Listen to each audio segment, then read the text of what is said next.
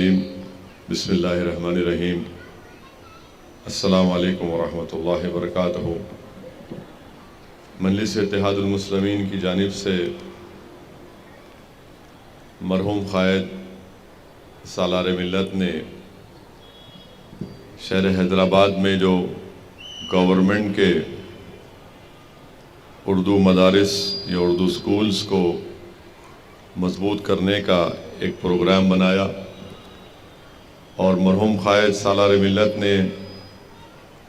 کئی لوگوں سے مشورے کیے، ماہرین کو بلایا، اس گورنمنٹ اردو سکول کے ذمہ داروں سے ہم نے گفتگو کی۔ اس کے بعد مرحوم قائد سالار ملت نے فیصلہ لیا کہ مجلس اتحاد المسلمین کی جانب سے شہر حیدرآباد میں جو اردو سکولز چلائے جاتے ہیں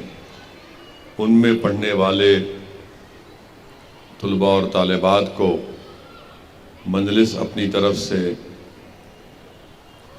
پڑھنے والے بچے اور بچیوں کو ان کو ایک اسکول کا بیگ دے گی، جس میں نوٹ بکس، کمپاس باکس ہوگا۔ پھر یہ بھی طے کیا گیا کہ SSC کی 10ویں جماعت کی امتحان کی فیس بھی ان سکول میں پڑھنے والے طلباء و طالبات کی مجلس سکول کی فیس دے گی۔ تیسرا یہ طے کیا گیا کہ جو کوئی بھی ان اردو سکولز میں پڑھ کر SSC میں بہترین نتیجے لے کر آتے ہیں ان کو کیش ریوارڈ دیا جائے گا، رقمی انعام دیا جائے گا۔ اور پھر یہ بھی طے کیا گیا کہ جو سکول میں 100% SSC کا نتیجہ ہوگا، اس سکول کے ہیڈ مسٹرز یا ہیڈ ماسٹر اور ٹیچروں کو بھی ایک کیش ریوارڈ یا رقمی انعام دیا جائے گا۔ پھر آگے چل کر یہ طے کیا گیا اس کے 1 سال 1.5 سال کے بعد یا 2 سال کے بعد کہ ہم لوگ 10ویں جماعت میں جو طلباء اور طالبات SSC کا امتحان لکھیں گے ان کے لیے ایک آل ان ون گائیڈ بنا کر ان کو مفت دیا جائے گا، جس میں ماضی کے امتحانوں کے پیپرز رہیں گے، اس کے جواب بھی رہے گا۔ تو الحمدللہ مرحوم قائد کی دوراندیشی تھی، سالار ملت کی یہ کوشش تھی جو آج الحمدللہ ہم لوگ کوشش کر رہے ہیں اس کو اچھی طرح سے انجام دینے کے لیے۔ کیونکہ اکثر مجلس اتحاد المسلمین سے لوگ یہ سوال کرتے تھے کہ سلطان صلاح الدین اویسی نے اور مجلس اتحاد المسلمین نے میڈیکل انجینئرنگ کالج کا قیام عمل میں لایا، پھر اس کے بعد MBA MCA school of architecture, B pharmacy, MBA in hospital management کا قیام مرحوم قائد سالار ملت نے کیا۔ تو لوگ ہم سے سوال کرتے تھے کہ بنیادی تعلیم کے میدان میں مجلس کو بھی کچھ کرنا چاہیے۔ تو الحمدللہ پچھلے 17 سال سے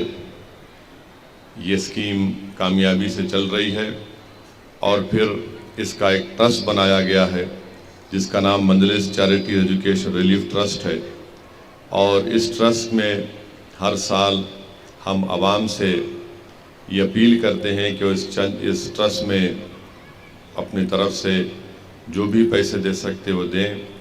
اور جو پیسہ اس ٹرسٹ میں جمع ہوتا ہے اس سے مجلس اتحاد المسلمین اس طرح کا کام یہ گورنمنٹ کے اردو سکولز میں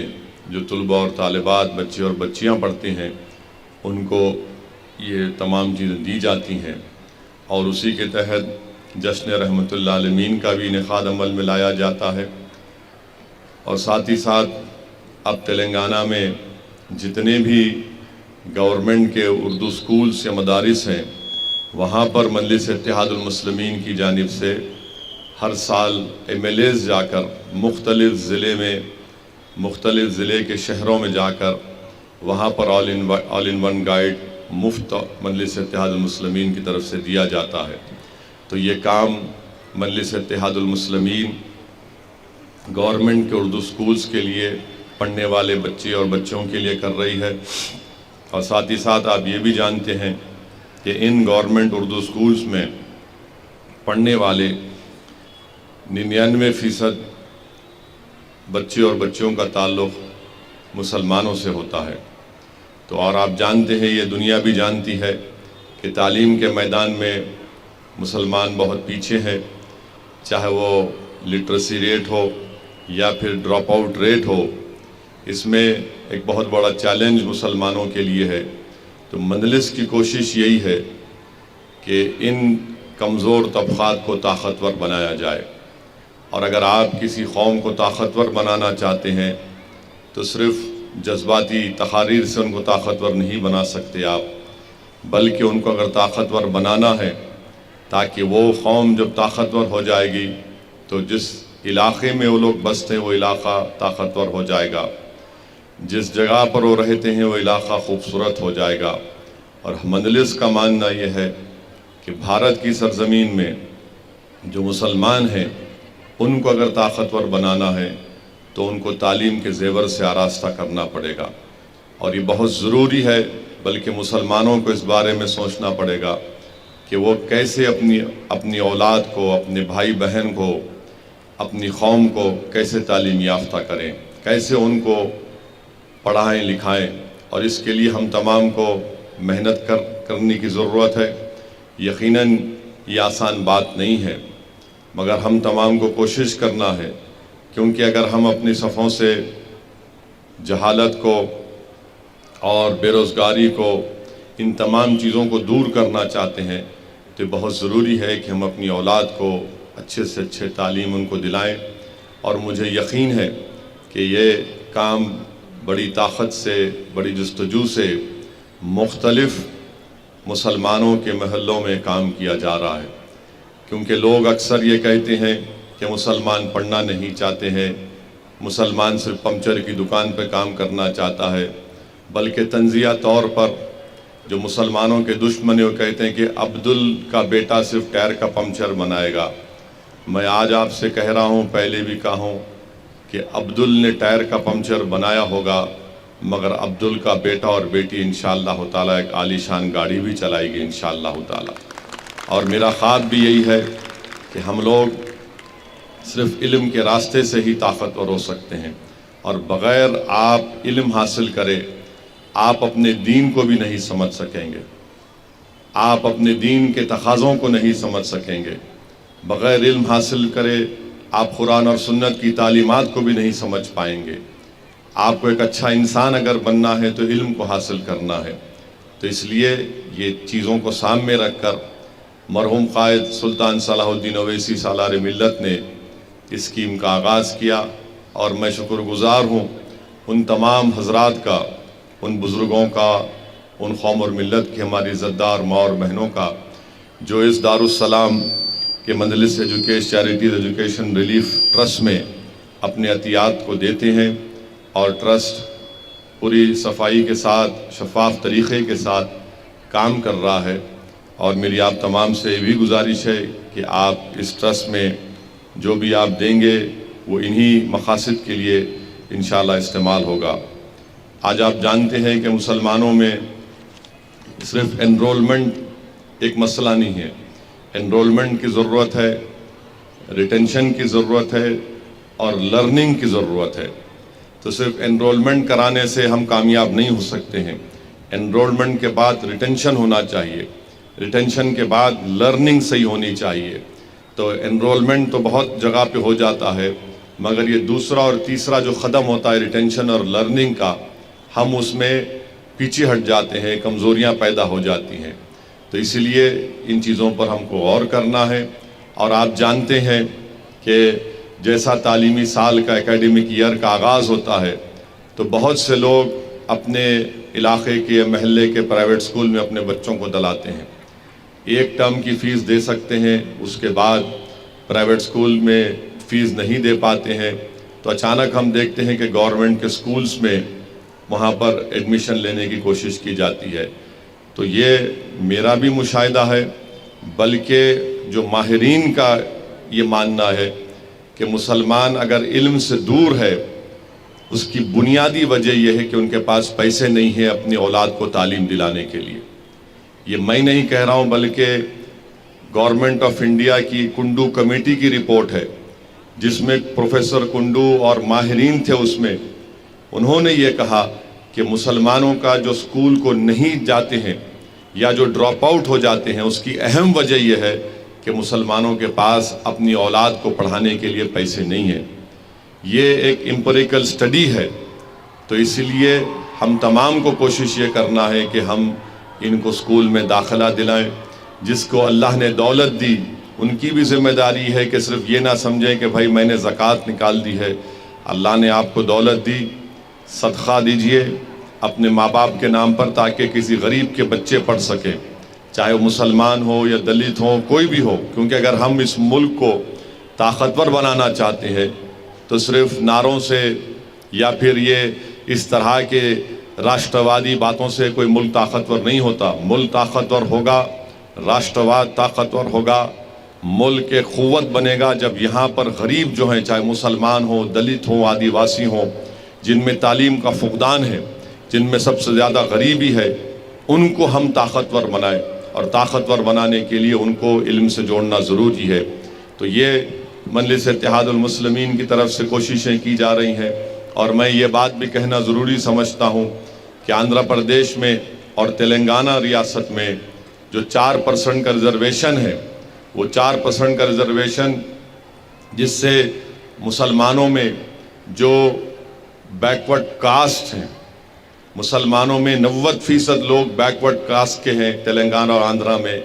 ان کو جو ریزرویشن دیا جا رہا ہے، جس سے بہت فائدہ مسلمانوں کے ان بیکورڈ کاسٹ کو ہوا ہے۔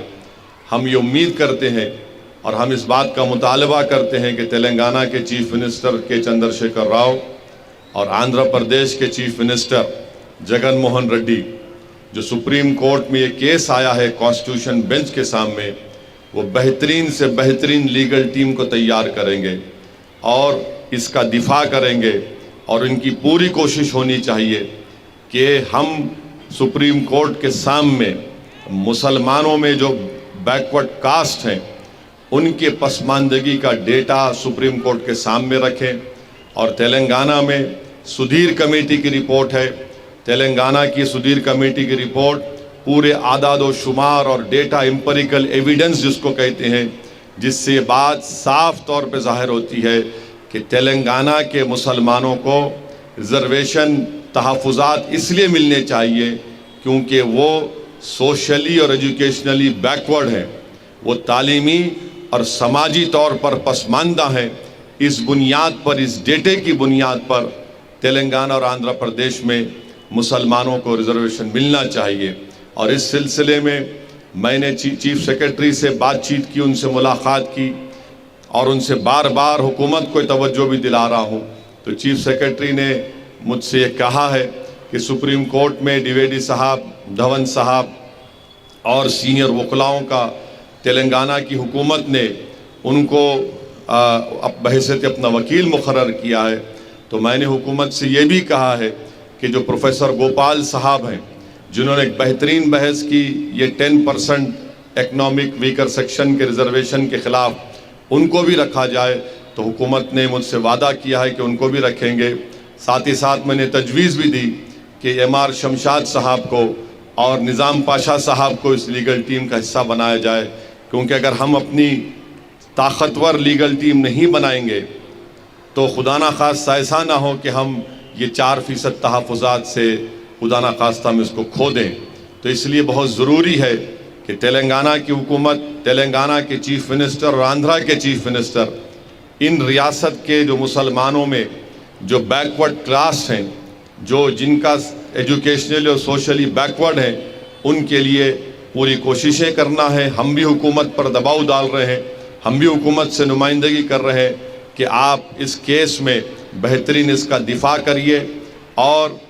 تلنگانہ کے مسلمانوں میں جو بیکورڈ کاسٹ ہیں ان کو جو 4% تحفظات مل رہا ہے، جس سے ہم دیکھ رہے ہیں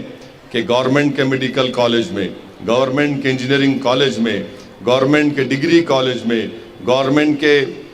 MA کے کالجز میں، ٹیچرز میں، پولیس کے ریکروٹمنٹ میں، ٹیچرز کے ریکروٹمنٹ میں یہ 4% ریزرویشن کی وجہ سے، تحفظات کی وجہ سے مسلمانوں کا ریپرزنٹیشن بڑا ہے. ہماری لڑائی کیا لڑائی ہے؟ ہماری لڑائی ریپرزنٹیشن کی لڑائی ہے کہ اگر 10 لوگ ہیں تو اس میں ہماری کتنا ریپرزنٹیشن ہے، ہماری کتنی نمائندگی ہے. یہ لڑائی مجلس اتحاد المسلمین کی ہے. ہم اپنا حصہ چاہتے ہیں، ہم اپنا حصہ لے کر رہیں گے انشاءاللہ تعالی. یہ لڑائی مجلس کی ہے اور یہ لڑائی کا آغاز مجلس اتحاد المسلمین جو فخر ملت عبدالواحد اویسی نے مجلس اتحاد المسلمین بنائی تھی،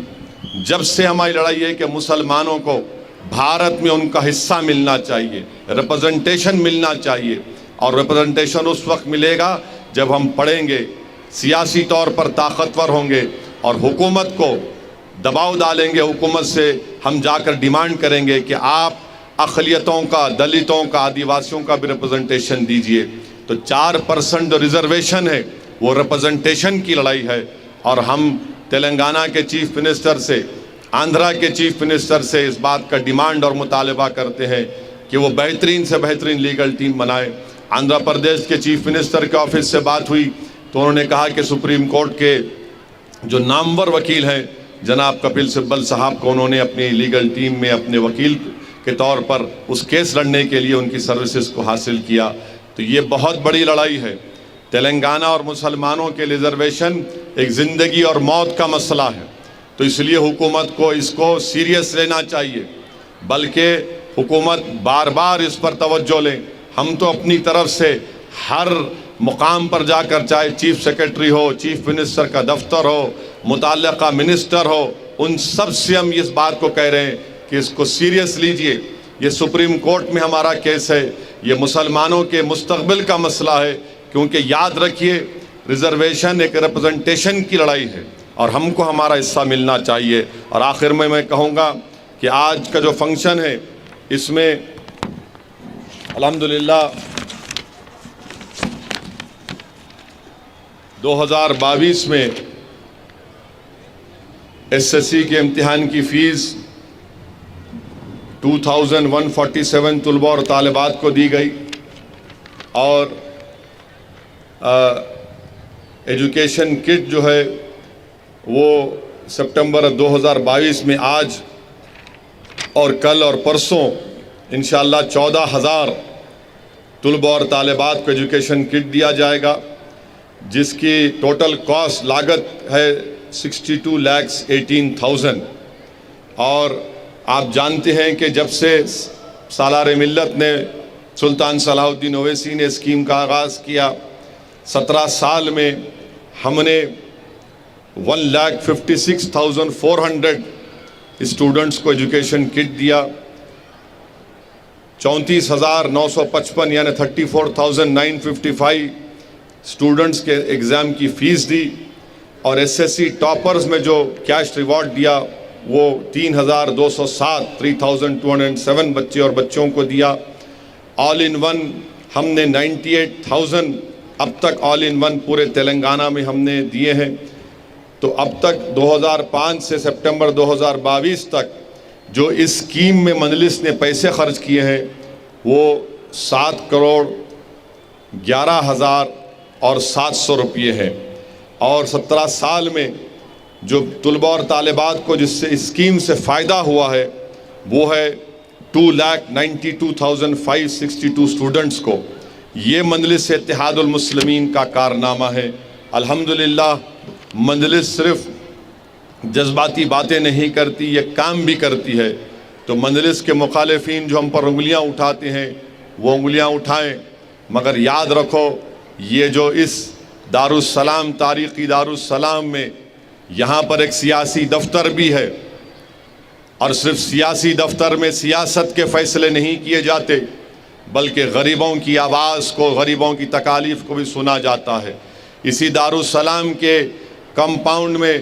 ایک بڑی عالی شان انجینئرنگ کالج کی بلڈنگ ہے جس میں بچے اور بچیاں پڑھتے ہیں. MBA اور MCA کالج کی بلڈنگ ہے، اسکول آف آرکیٹیکچر بھی فارمیسی کی بلڈنگ ہے. یہ دارالسلام آپ کے اتحاد کی نشانی ہے. یہ دارالسلام آپ کے آنسوؤں کی، آپ کے خون کی، آپ کی تکالیف کی ایک نشانی ہے. یہ دارالسلام اور مجلس اتحاد المسلمین آپ کی ایک طاقت ہے، اور آپ کے خوابوں کو پورا کرنے کے لیے یہ دارالسلام کا قیام عمل میں لایا گیا تھا۔ یہ مجلس اتحاد المسلمین جو لڑ رہی ہے غریبوں کے اور کمزوروں کے حقوق کے لیے، ان کے ریپرزنٹیشن کے لیے، اس میں ہمارے بزرگوں نے اپنا سب کچھ دیا،